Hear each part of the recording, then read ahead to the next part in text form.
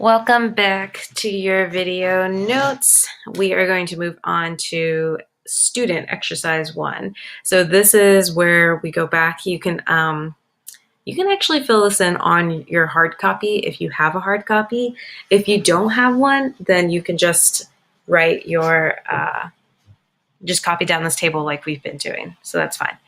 Okay, so student exercise 1. In your notebook, it should be labeled student exercise 1. If you're doing this in your notebook and you're going to copy down this table, it should say student exercise 1. Now, let's consider the equation 15 times 3. Let me highlight this so you know. 15 times 3 times 2 is equal to 6 times 3 times 5.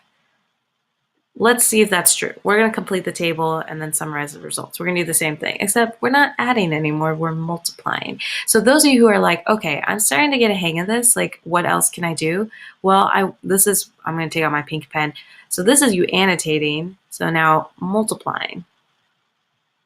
I want you to find patterns. If we're not adding anymore, we're multiplying in this new example. So what is the original expression? We're going to fill out this table. If you need to pause to write this table down, go for it. Otherwise, you're with me right here. The original equation is 15 times 3 times 2. So 15 times 3 is 45 times 2 is 90. Okay, so our result is 90. What about for the second expression? We were told that they were equal, but can we prove that they're both equal? Well, 6 times 3 is 18 times 5. That's also 90. Yes, 90. All right. So far, so good. Okay. Now, what do the instructions tell us to do? The instructions tell us to switch the first two factors. Switch, that reminds me of the commutative property, by the way. Those of you who are using your prior knowledge and your metacognition, don't forget that switch means the commutative property. So let's switch the first two factors. So let's do 3 times 15 times 2.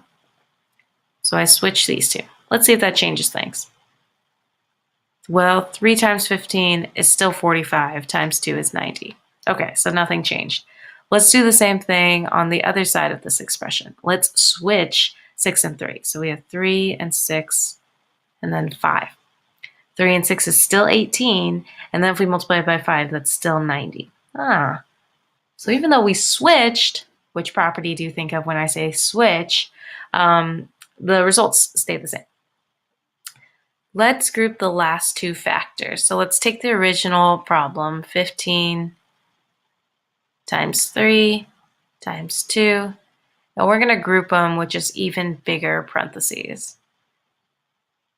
So a lot of times you'll hear me say group, or another word you might think of is to associate.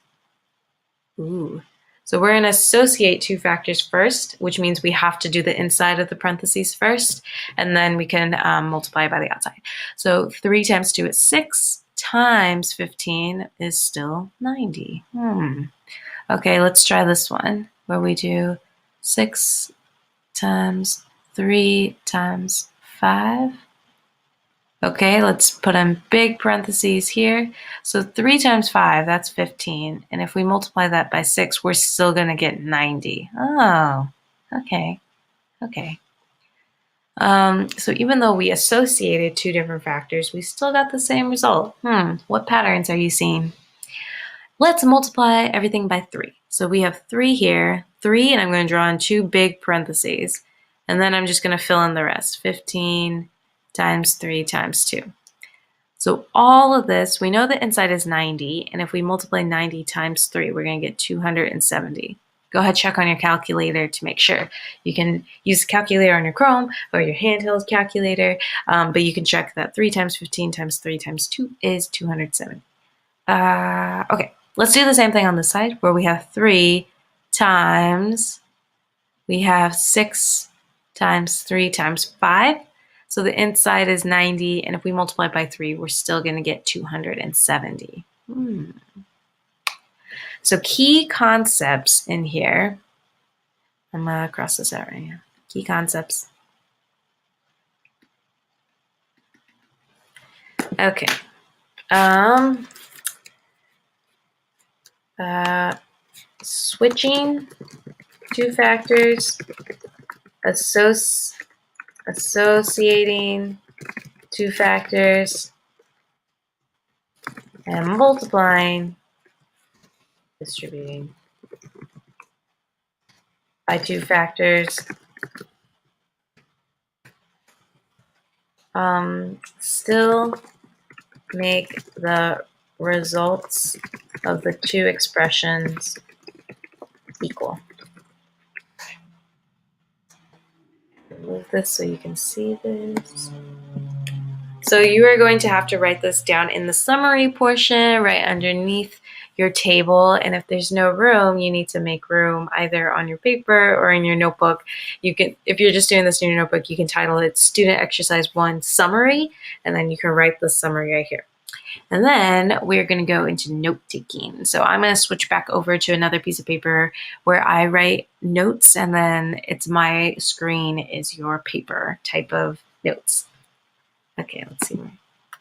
But I'm going to stop the video here, and during this time you can transition, take a quick stretch break, you can move in your seat, do one of these, you can touch the two fingers behind your back, stretch, and then we'll meet back up for some notes.